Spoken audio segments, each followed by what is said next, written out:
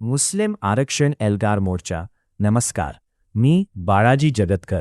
आपण पाहत आहात एक्सक्लुझिव्ह न्यूज 24. बीड जिल्ह्यातून एक मोठी बातमी समोर येत आहे.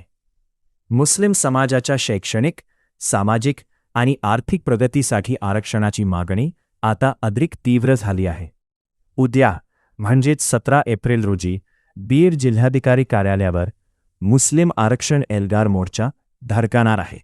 या मोर्चाला लिंबा गणेश ग्रामस्थांनी आपला जाहीर पाठिंबा दर्शवला असून डॉक्टर गणेश ढवळे यांनी सर्वधर्मीय बांधवांना या न्याय हक्काच्या लढ्यात सहभागी होण्याचे आवाहन केले आहे.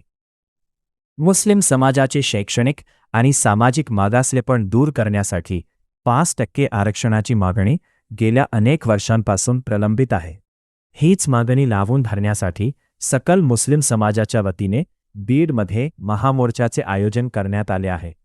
या संदर्भात बोलताना डॉक्टर गणेश ढवळे म्हणाले की हा मोर्चा कोणत्याही राजकीय पक्षाचा नसून समाजाच्या हक्काचे आहे. पुढील पिढीचे भवितव्य सुरक्षित करण्यासाठी 18 पगड जाती धर्मातील नागरिकांनी मोठ्या संख्येने या ऐतिहासिक आंदोलनात सहभागी व्हावे.